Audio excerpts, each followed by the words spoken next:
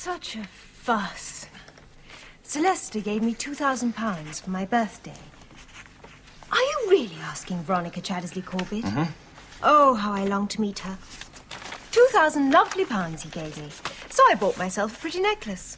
And they were all horrified and said it was meant to be a capital sum for Tony to invest for me. Bankers always were a mean lot. You don't know how mean. When I spoke to Tony about a wedding present for Fanny, he said he hardly knew her, even though she was with me for that famous luncheon in Oxford. Oh, never mind, darling. You'll be my dearest person there, next to Alfred and Emily, present or no present. I'm not sure that I'll be able to come. You'll come to my wedding? The thing is, I may not be at all myself when it happens. Not at all, at all. You see, I'm in Pig. What do you think of that? A most hideous expression, Linda dear. But I suppose we must congratulate you. I suppose so. I feel awfully ill, I must say. Ah, but think how much good it will do you in the long run. Such a wonderful clear-out. Oh, such a ghastly evening ahead of one.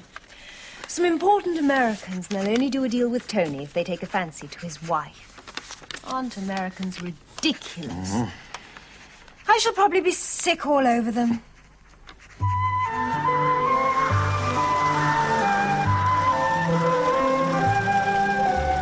I was married at the beginning of the Christmas vacation. And when Alfred and I returned from our honeymoon, we went to stay at Alconley while our own little house in Oxford was being got ready. Lovely to see you. Lovely to see you as well. Hello, we met briefly. It's really nice to see you. Hello.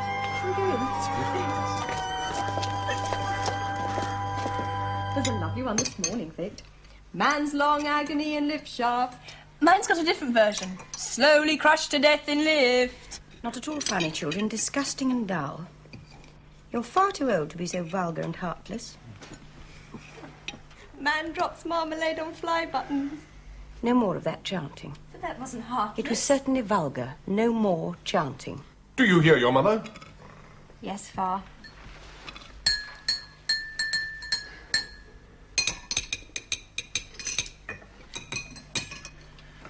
Time I was off. Lecture at 10. Do you think your car will start this morning? I very much hope so.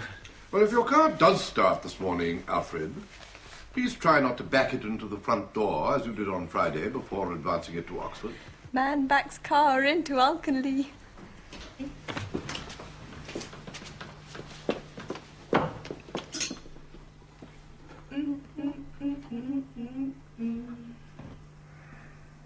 I wish so much I could be in the country.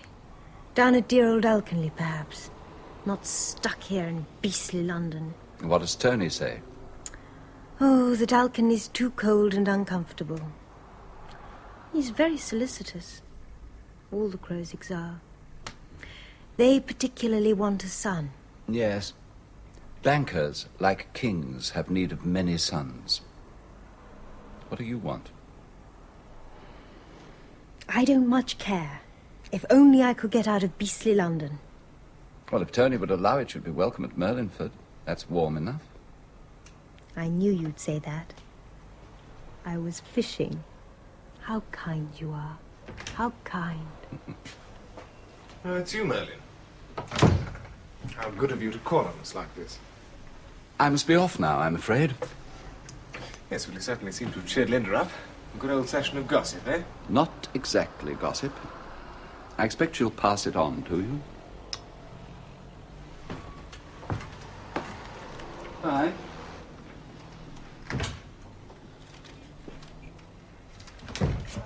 Oh, Tony, such wonderful news. He's asked me to go and stay at Merlinford.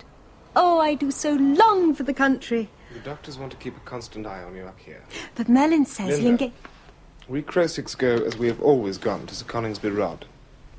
Sir Coningsby has a select but demanding medical practice, which occasionally includes attendance at the palace. I doubt if he'll have time to call on you at Merlinford. In any case, your place and your people are now here. On the other hand, Louisa says that once you get used to it, it's utter, utter, utter blissikins. Which does rather surprise us when we think of Fort William. What's wrong with poor John? Dull and old. Come on, Fanny, out with it. What's it like with Alfred? I agree with Louisa. Really rather bliss-making. But exactly how? It's much too hard to explain. You'll just have to wait and find out for yourselves. Very well, then. We shall go to our marriage beds in ignorance like Victorian ladies, and in the morning we shall be found stark, staring mad with horror, and live 60 more years in an expensive bin. 'Tis unfair. Oh, well, back to the medical dictionary and the Bible. What we need is some clean-minded married woman to explain to us. But where are we to find her?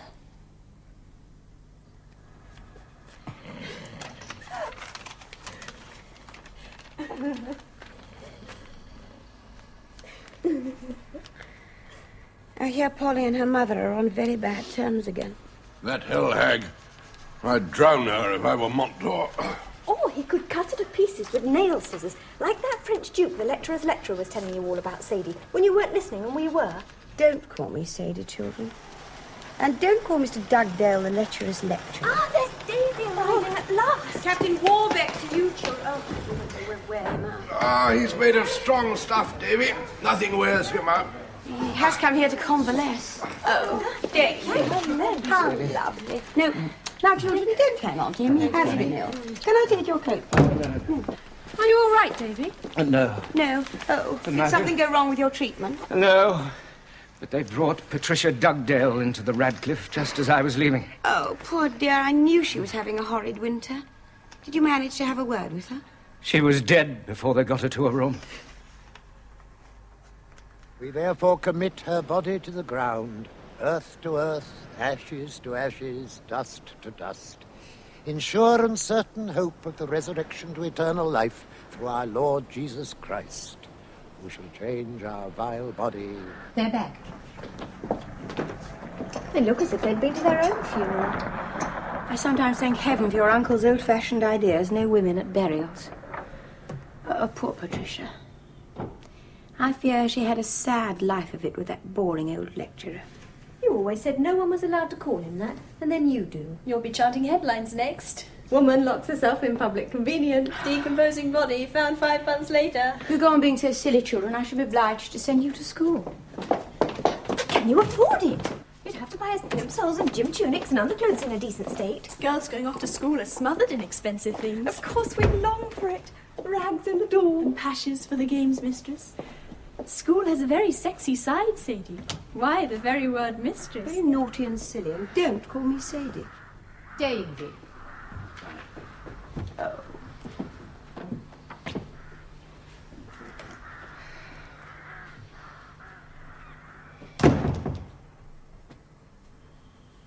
I only saw her last week. In the Clarendon car park.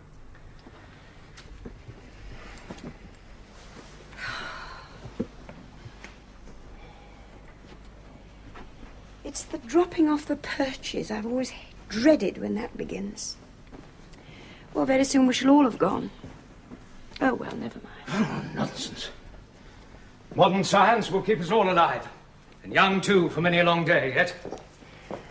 I had a word with Dr. Simpson. Patricia's inside with a terrible mess. Oh. Quite obviously a miracle she didn't die 10 years ago. When the children have gone to bed, I'll tell you all about it. Oh, no, thank you. How old was she? Oh, older than we are. I seem to remember that when they married, she was supposed to be a lot older than Boy. That's sure. I thought he seemed awfully cut up. Poor boy. Poor little Polly was looking dreadful. Of course, that bloody fool of a mother ought never to have let her come. Well, I'd no idea that Polly was so particularly fond of Patricia. Nor had I. Tell about the grave. They lined it with heather because she loved Scotland so much. It's in the Dugdale plotted silken, bang underneath Boy's window, incidentally. Oh, promise you'll bury me at home, whatever happens. I know the exact place I want, next to that old lady who was nearly 100. That's not our part of the churchyard. No, but it's the bit I want. I once saw a dear little dead baby foal there. But you'll have run away long before then, with all your running away money. How much have you got now, Jessie? £53 and 6 shillings. If I've gone, you must bring me back pickled. I'll pay, I swear. Right.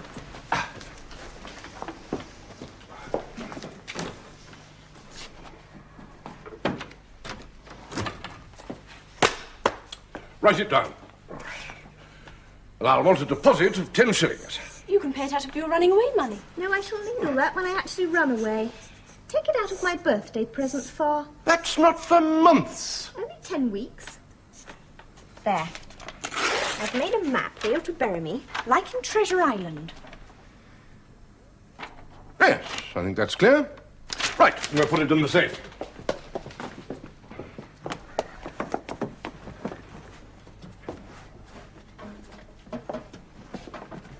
Oh, do let's see. There's that darling little gun for shooting blue bottles. And a piece of shrapnel that was in Far's groin for a week. Must have been relieved when it got out. And the skeleton of the little fish. Absolutely perfect. Young Tench it was. Ah, delicious. Monks always swore by Tench pie. It's coarse fish, so stimulating to the brain. Coarse fish, glad you mentioned that. Been gobbling all the baby trout up, as usual. So, once again, now listen, all of you. We will be having the chub fuddling a week today. The fuddler chappie should be here at 2:30, so I want you all on parade by 2:15.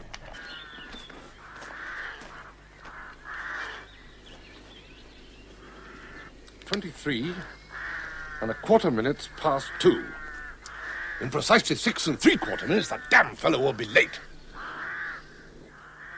But where are Emily and Davy, I should like to know? In their room. Davy said that chub fuddling wasn't madly him, and little Matt saw them sneaking off.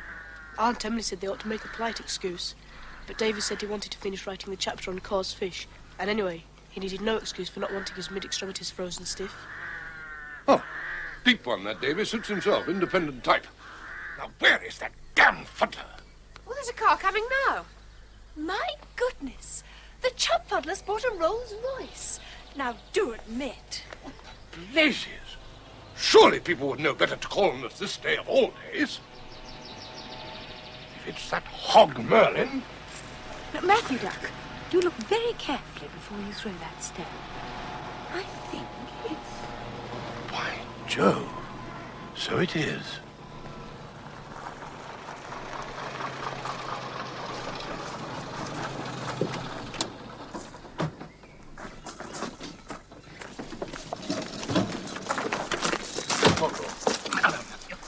I'm sorry, rather disturbing news.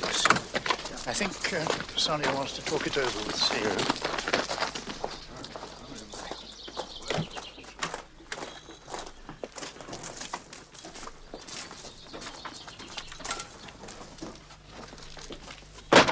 No, Vict! That was a keep-out children bang, if ever I heard one. You go in, then you can tell later. I think it was a keep-out family bang as well. Here comes the fuddler. We can't start without Far. Chub fuddling's his best thing ever. Hey! You're late, damn your eyes! The fellow hadn't been so late we could have got started before they got here. As it is, I'm stuck. Oh, Far, darling Far, what's going on? Never you mind, miss. You lot had better go down and start. Little Matt, you take charge. Yes, Far. Start without him? Whatever's going on in there must be the most riveting thing since the Great War ended.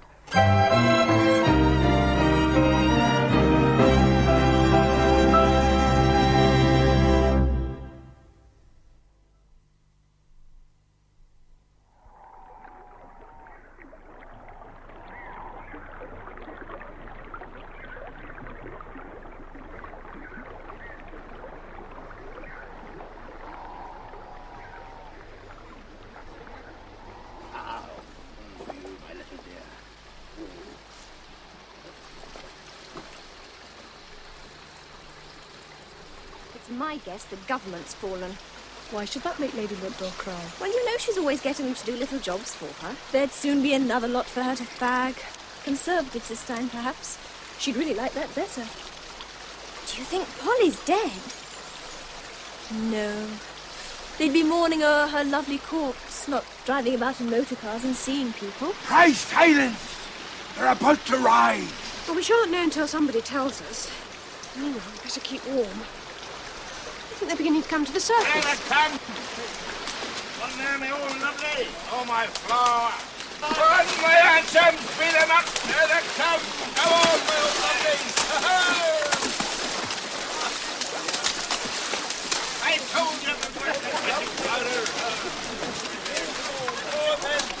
Come on, my hearties. Go on, get him with that net. Ah, there he goes, there, Mr. Pick it up with the net. Put that lot back at once. Can't you see they're grailing? Oh, God, the incompetence of women. Pa, have they gone? Use your eyes. That's Montdor. Lord Montdor. But where's Madame? I can see her. All sort of screwed up like a wet hanky. Come on, Fanny. Too cold down here anyway, Pa. Nothing worming it all out of Sadie.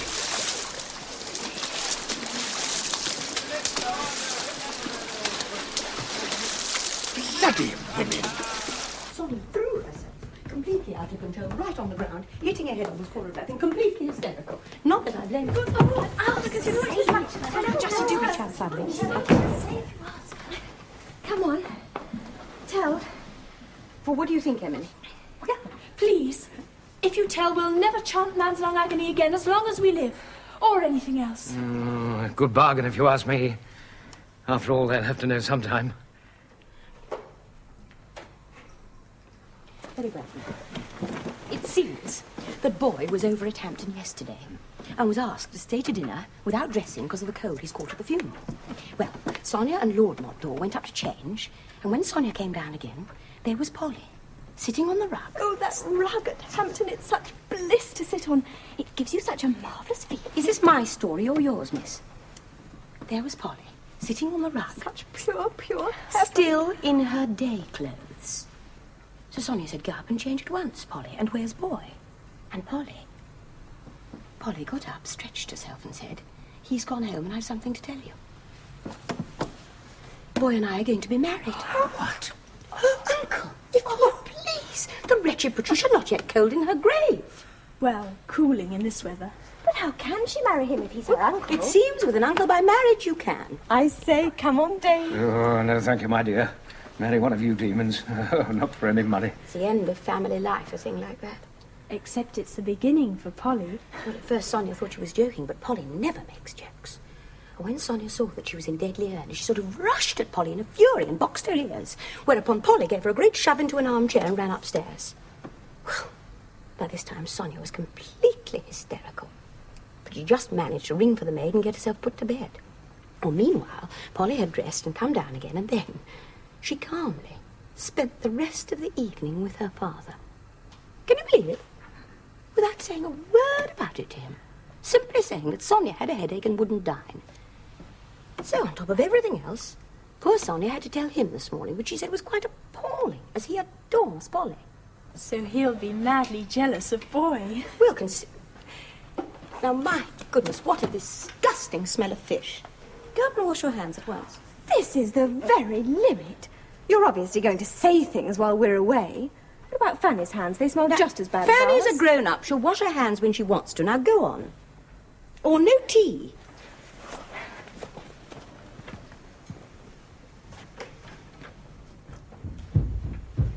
Can you imagine it? Sonia so far lost control of herself this afternoon that she even hinted that Boy had once been her lover. Oh, Sadie, Sadie, you're so innocent, darling. It's a famous love affair that everyone, except you, has known about for years. Poor Lady Montdor. Her daughter and her lover both gone at a stroke. Well, the one I feel sorry for is the unhappy Boy. Oh, Davy, what nonsense. Just imagine. Polly told them this afternoon that she'd been in love with him since she was a little girl of 13. Well, not his fault, was it? I mean, he probably had no idea. Oh, come now, Davy. Little girls of 13 don't fall in love without encouragement. And we do know that he went for little girls. Because look at all those strokes and pinchings he gave Louisa and Linda. Did he? Yes, well, I sometimes wondered. Ugh, what a Heavenly Rod, do you suppose they did it? You've been telling things. It is unfair. And Fanny's hands are still reeking. Whatever did Far say when he No. died? He adores Polly. I've never seen him so angry. He wanted to take the horsewhip straight away, but fortunately, as it's chub fuddling day, he couldn't quite resist that. But I haven't told you the final thing of all. Polly's coming here for the next week or two. What a thrill! But why? Do you think the lecturer will have himself carried into the house dressed up as a sack of wood? You shan't meet under my roof. I promised Sonia that. But of course I pointed out that I can't control what Polly does. Elsewhere. Hello. Hello. Now, if you have any letters for the post, Polly, you know what I mean, a letter, we could easily run it into the village on our bikes. Oh, darling, you are kind, but they'll go just as quickly if I put them on the hall table, won't they? But everybody will see the envelope, and I just thought that... Now, about special messages, there's a telephone in the village. Rather public, but you could talk in French. I'm afraid I don't know much French. I thought you had a telephone here. Yes, but it's a real brute. In Far's business room. He listens into every word, like the Inquisition. There's a hollow tree in the park, just big enough for 2 people to hide in. Quite dry and comfy. Shall we show you? Oh, it's too cold today, I think. Oh, Fanny. Aren't they too heavenly? I can't see the point of freezing to death in hollow tree trunks, when very soon I shall be with Boy for the whole of the rest of my life. Polly, what did Boy say when he proposed? Boy never proposed at all. I don't think he ever would have, being the sort of person he is. I mean, so unselfish and considerate. You see, he knew Mummy so well, and he understood just what sort of hullabaloo she'd make about leaving me out of wills and all that. Has she threatened that? Or your father? It's in the air. Well, of course, Boy knew there'd be trouble. He worries tremendously about that kind of thing. So I always realised that I'd have to do the proposing. It wasn't very difficult. After all, I've loved him ever since I can remember. Oh, Fanny, isn't being happy wonderful? There could be delays. After all, you're not yet 21. Not far off. And what can it matter if we have a few more weeks of horrid waiting, when we're going to live together for the rest of our lives and be buried in the same grave? Fancy being buried in the same grave with the lecturer. Jessie, I think it's too awful the way you listen at doors. Don't tease, Fan. I intend to be a novelist. Child novelist astounds the critics, and I'm studying human nature like mad. I really ought to tell Aunt Sadie. Now, Sadie is being an absolute scream about the whole thing. I heard her. She's trying to put Polly off by reminding her of what she calls that side of married life. She simply doesn't realise that that's what excited Polly in the first place. Girls either find the lecturer repulsive, or he makes them positively sizzle. And he must have made Polly sizzle when she was just a little girl, like he tried to with Louisa.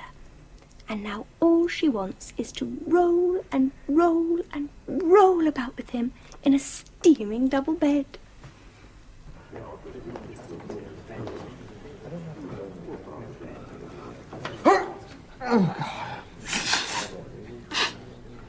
You must believe me, David.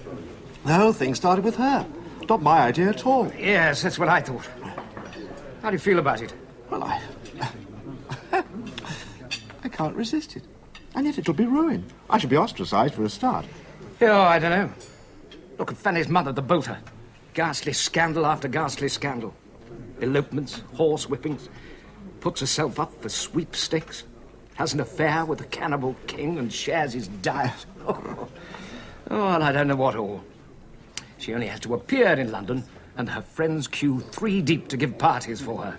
No. People worship bad behaviour. Well, the boater's kind, perhaps. Mine will be seen as rather different. Ah, thank you, Frederick. Yes. Looks splendid. Well, if you're scared,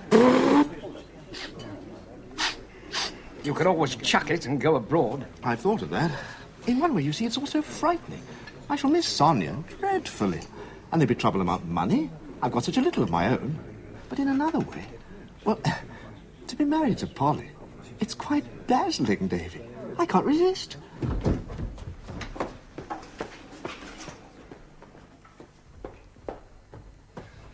Oh, cool. Dear me. Fancy taking on a new young wife at our age.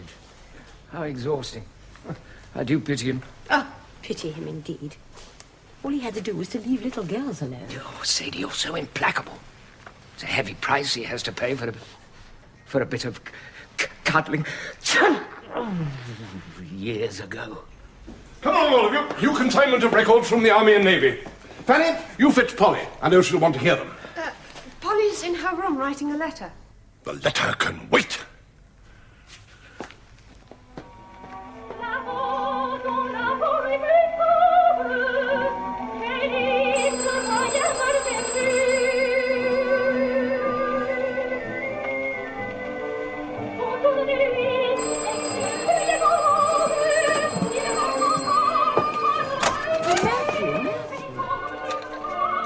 Yes.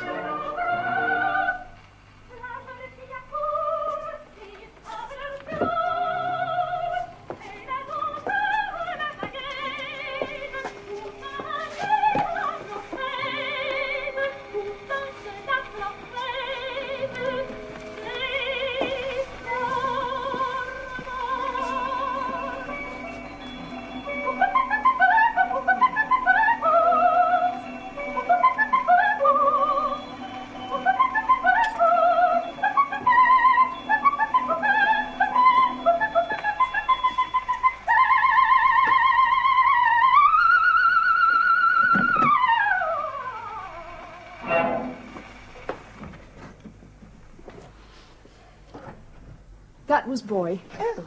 He wants to meet me in Oxford on Wednesday. Oh, well, Doc, I only promised your mother he shouldn't come to this house. Of course you must meet the lecturer, Mr. Dugdale, in Oxford if you wish. How kind you are, Lady Alconley. The only thing is I can't take you in. I'm going up to London on the Monday for Linda's baby. It's any moment now. I'll drive her in. And shoot the swine when I get there. Now, just get another record, Matthew. I wonder could Josh take you in the Daimler? Daimler's going for repairs.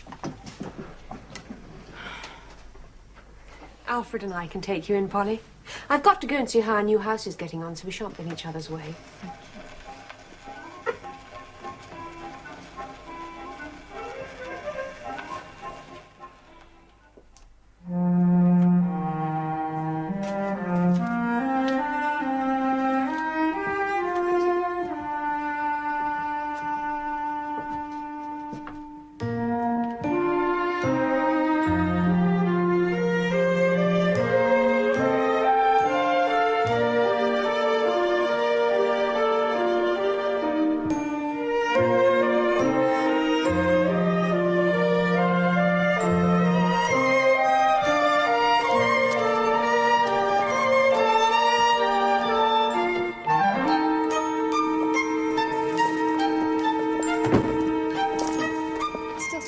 Mess, I can't ask you in. Tell him soon? No, the car's just over there. Do you want to lift her now, Mr. Dugdale? Well, I would like to. No, he doesn't.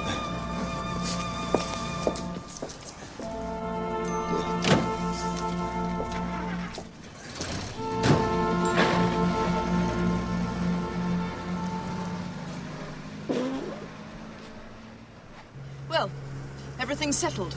A month from today, if I can get my parents' consent. I shall still be underage, you see. So the next thing is a tussle with Mummy. Sooner you than me. I want you to come too. Oh, there's Alfred waiting for us. You always seem to go down well with Mummy. And I want a witness. If she says yes in front of you, she won't be able to wriggle out of it later.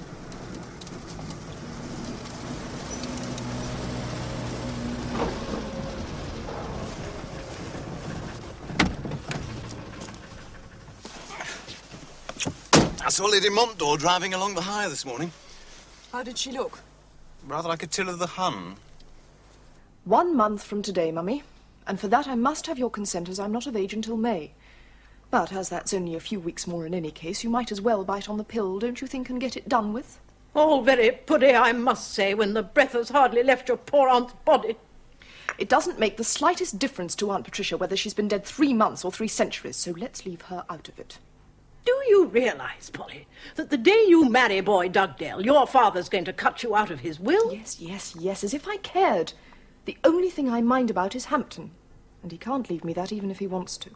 I wonder if you also know that Boy Dugdale is a very poor man. They lived really on Patricia's allowance, and this'll stop the moment he marries you. Yes, we've been through all that. And don't count on your father changing his mind, because I have no intention of allowing him to. I'm quite sure you haven't. I wonder if you realise what it's like, being poor. We shan't be poor like really poor people. Boy has 800 a year of his own, besides what he makes from his books. The parson and his wife here have 800 a year, and just look at their dreary faces. They were born with those. I did better, thanks to you. But have you no idea what you're throwing away?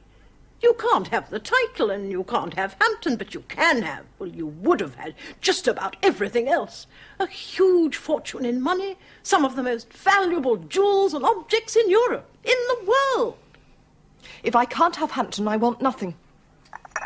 It's no good going on, Mummy. There's nothing you can do to stop us. Well, then why have you come here?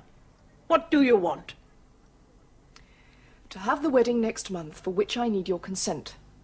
And to be married here in the chapel. Or must we sneak off to London for it? If you intend to go through with this indecent marriage at all costs, it'll make the least talk if we have the marriage here. And before your birthday. Then I shan't have to explain why there are to be no coming-of-age celebrations. The tenants have begun asking questions already. So I think you may take it that you can have the marriage here, as you wish, and before next month. After which, you incestuous little harlot, I never want to set eyes on you or your uncle again. Boy, Dugdale on 800 a year. A real test of true love, that will be. Wonder, if she sticks to her guns, who will get the money and the jewels? Oh, yeah. Who else? The mysterious heir. Who is he? He's called Cedric Hampton. He was born in... He was born in 1907.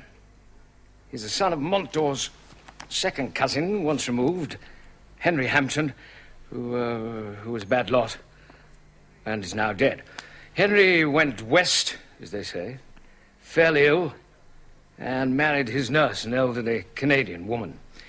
Here described as a daughter of Stanley Honks, Esquire of Annapolis, Royal Nova Scotia. She bore Henry this one child, Cedric. Voila, two. Where is he now? What does he do? Nobody knows. I expect he's just sitting around somewhere, waiting to become the next Earl of Montdor. It's quite a pleasant occupation, providing he's not kept waiting too long. What are you going to call her? And where is she, anyway? It's in Sister's room. It shrieks. Sister will bring it in soon. I believe it's to be called Moira. Moira? Oh, darling, you can't. Tony likes it. He had a sister called Moira who died. His other sister whacked her on the head with a hammer when she was 4 years old. Who told you? Not Tony. The Crozig nanny. She's rather a hom, the only one in the family. Oh. If only this Moira had someone who would whack her on the head with a hammer.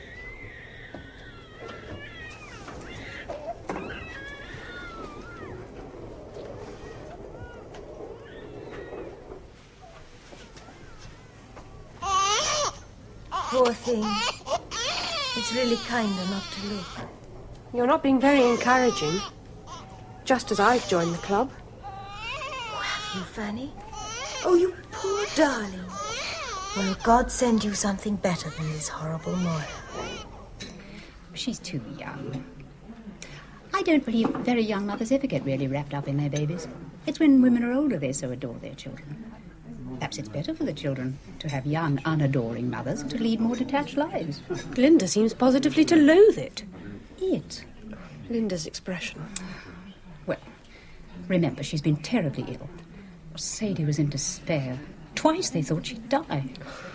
Don't talk of it. I can't imagine the world without Linda. Oh, she'll get over it, Fanny, darling. Provided she never tries to have another. Sadie said the doctors were very plain about that.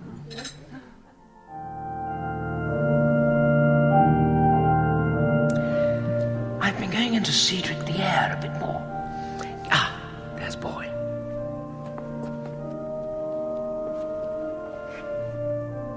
Hair nicely curled, I see. Yeah, always did cut quite a good figure in morning dress. No, where was I? Cedric the heir. Ah, yes. Do you know they still don't even know where he lives or anything? Wouldn't you think they'd show a bit more interest? After all, this Cedric fella is the only hope of the family being carried on. Perhaps Lord Montdor hated Cedric's father. No. I put it down to Sonia. I expect she couldn't bear the thought of Hampton going away from Polly and pretended to herself that Cedric just didn't exist. Can't say I blame her. Just imagine the idea of some great lump in colonial at Hampton. She'll have to face up to him now under these new circumstances.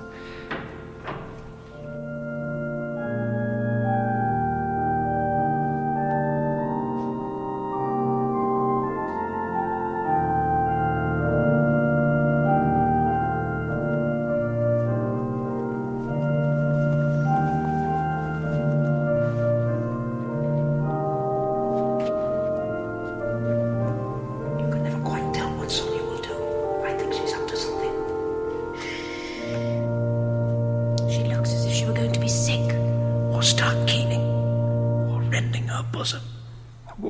What a joy that would be. Shh. Ah, here comes the cortege.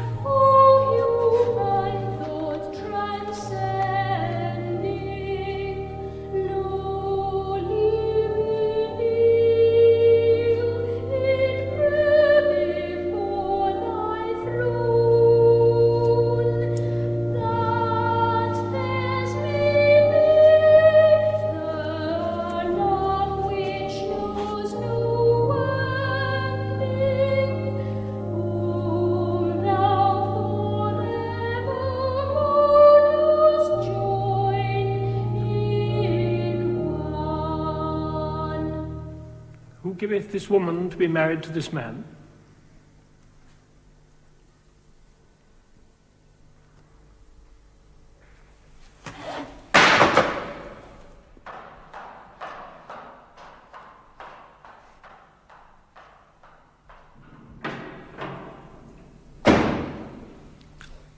Pure temper. Shh.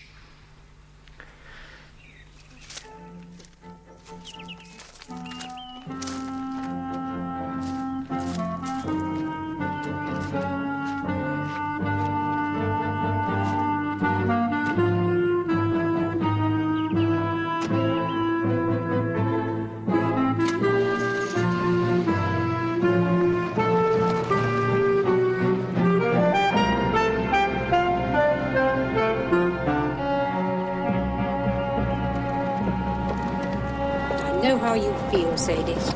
Beautiful Hampton, how sad it looks. As if youth had left it forever.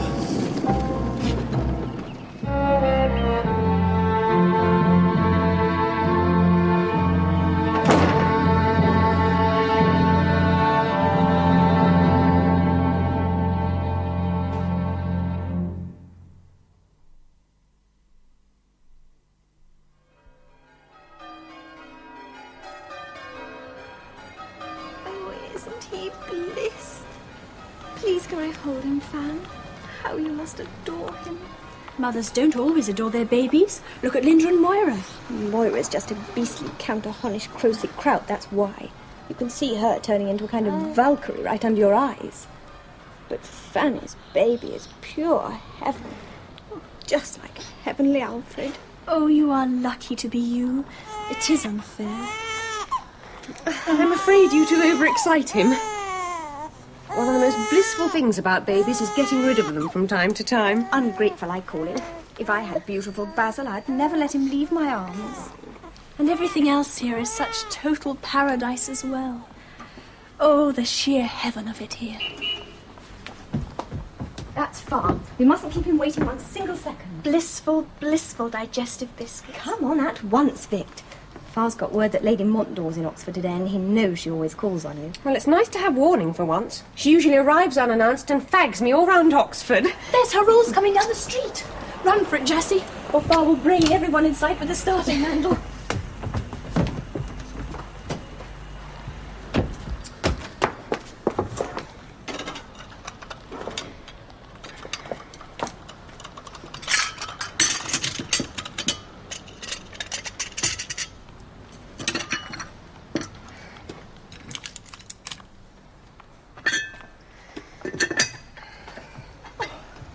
The front door was open, so I came right up. Is this your tea? Would you like a cup? Oh, yes, please, so refreshing. And a biscuit would be nice.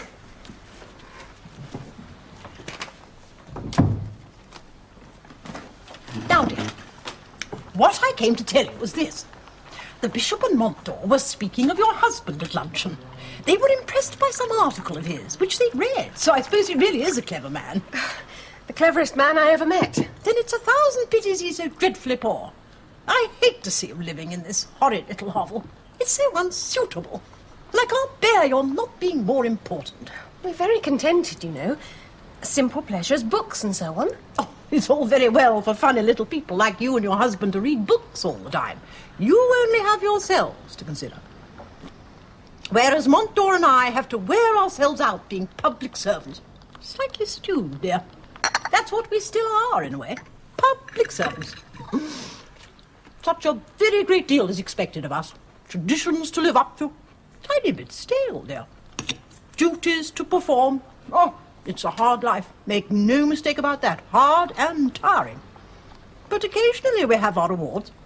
When we came home from India, for instance, and the dear villagers pulled our motor car up the drive, how they worshipped us.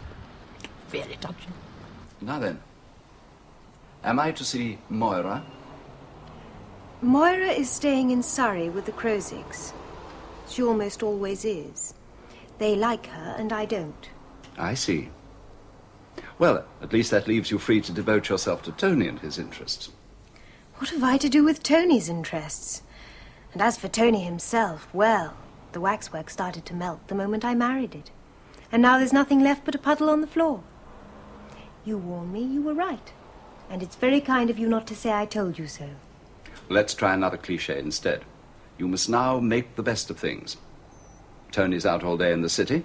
Very soon he'll be out all night in the House of Commons. He's bound to win that seat at the by-election. This will leave you with even more free time on your hands than you already have.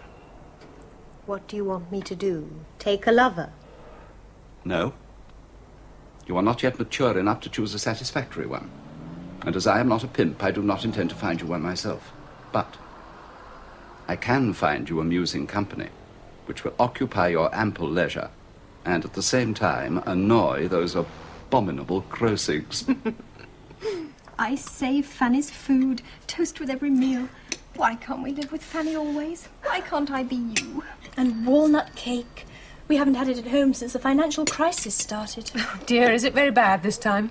Usual sort of thing. Cheap, gritty lav paper which nearly cuts you to pieces, and red carbolic soap. But far more interesting, we've had news from Horrible Polly. A postcard. Horrible Polly? For not inviting us to the wedding after all the loyal support we gave her. It's no use her bombarding us with postcards. We can never, never forgive. Where was it from? From Seville, that's in Spain. Did she sound happy? Do people ever sound unhappy on postcards? Isn't it always lovely weather and everything wonderful on postcards? Has she written to you? Only postcards. One from Paris and one from Saint-Jean-de-Luz. I wonder if it's as nice as she thought, being in bed with the lecturer. Marriage isn't only bed. There are other things. I wonder if they're as nice as she thought with the lecturer. Farshorn, back to our country fastness. We're like the Lady of Shalott with the pathetic lives we lead. Or Mariana of the Moated Grange. He cometh not, she said. Oh, oh, I am a-weary. I would that I were dead. Jessie and I love that first line. Oh.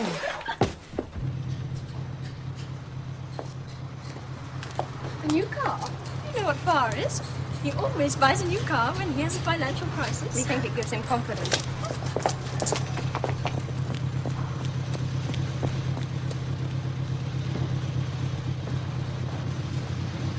Come in and have some tea. No, thank you, Fanny. Very kind of you. But there's a perfectly good cup of tea waiting for me at Alconley. You know I never go inside other people's houses, if I can help it. Letter from Linda last week. Seems very cheerful again. Rather a relief to Sadie, I can tell you. Wonderful. Topped off with a cherry. Listen, you must come and meet Peter and Paul. Come on. Peter, this is Linda, our hostess. Now let's go and meet Adrian. Adrian and Clive over there. Friend of Linda's, are you? I'm her... No need to go into details. Have you got a cigarette? No. It's been pointless, really. Sometimes, you know, you can't... Sir, have you got a cigarette?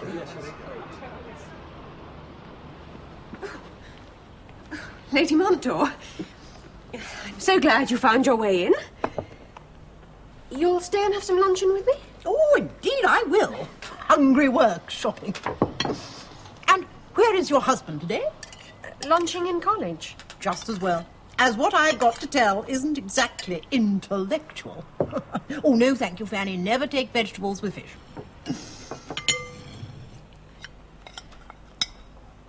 Cedric. Cedric? Well, you know, Montdorset. Do put that jug down and pay attention. We found him at last. The idiotic thing was, his ghastly mother kept moving. I mean, fancy moving in Canada. You'd think one place there'd be exactly the same as another. Now, it turned out that Cedric wasn't in Canada at all, but in Paris. Whatever could a Canadian be doing in Paris? This was a little too dry, dear. Paris, indeed. Well, We must wait and see what comes, and if necessary, change it. I mean, he'll have to learn to behave suitably now. I've already written to invite him to Hampton. Come on. Linda, darling. Ta-da! Bobby! And Frankie, and dear little Maxie. Oh, come in, darling. Put it down. And then dozens and dozens of chatterers and hangers-on arrived, and I got no more sense out of her at all. Lord Merlin has a lot to answer for, filling a house with bohemians. I agree. Ah, but Linda gives one so much pleasure. She's like a bunch of flowers. Seems so odd that she doesn't even have love affairs. I don't see what she gets out of her life. It must be dreadfully empty. Dear Alfred. He does like to file people away under clear headings. Virtuous wife or scarlet woman. The trouble is, Linda's neither. Well, Linda believes in love. Casual affairs simply don't interest her. She's waiting, I'm sure, if only subconsciously, for the irresistible temptation. When it comes, one can only hope it will not prove to be another bottom. In the Shakespearean sense, of course. I suppose she really is rather like my mother. All of hers have been bottoms. Poor Bolter. In almost all affairs of high passion, women fall for bottoms. Oh, I've had a letter from Mother Montdor. Cedric the heir is coming to stay next Thursday. Annie, tell more. We are sending to Dover for him so that he'll arrive in time for dinner. Montdor and I have decided not to dress that evening, as most likely he has no evening clothes, and one doesn't wish to make him feel shy at the very beginning of his visit. Oh, for a ringside seat. I've got one. We should be so pleased and grateful if you'd come over for the night. It will make things much easier to have another young person there when Cedric arrives. You see? I told you there'd be rewards for being nice to her. If you consider this sufficient reward for being patronised by an evil old woman. Oh, of course she does. Oh, lucky Fanny. Please tell me that you're going. I can hardly wait. Do you think we shall hear the motor coming up the drive? We generally can if the wind is in the west. I expect I shall. I hear everything. Oh, we're not stone deaf ourselves. Show Fanny what you've got for Cedric Montdor. Oh, yes. Now, if you'll look at the flyleaf, you will see that it was given to my grandfather by the late Lord Palmerston the day that Cedric's grandfather was born. They evidently happened to be dining together. We think that that should please him. Thomas Gray? Yes, he should like that. Well, Canadians should know all about the poet Gray, because General Wolfe, at the taking of Quebec, read elegy written in a country churchyard out loud to all his staff officers in order to keep them calm. I always think there's something rather contrived about that story. Oh. Mr. Cedric Hampton. I thought you heard everything.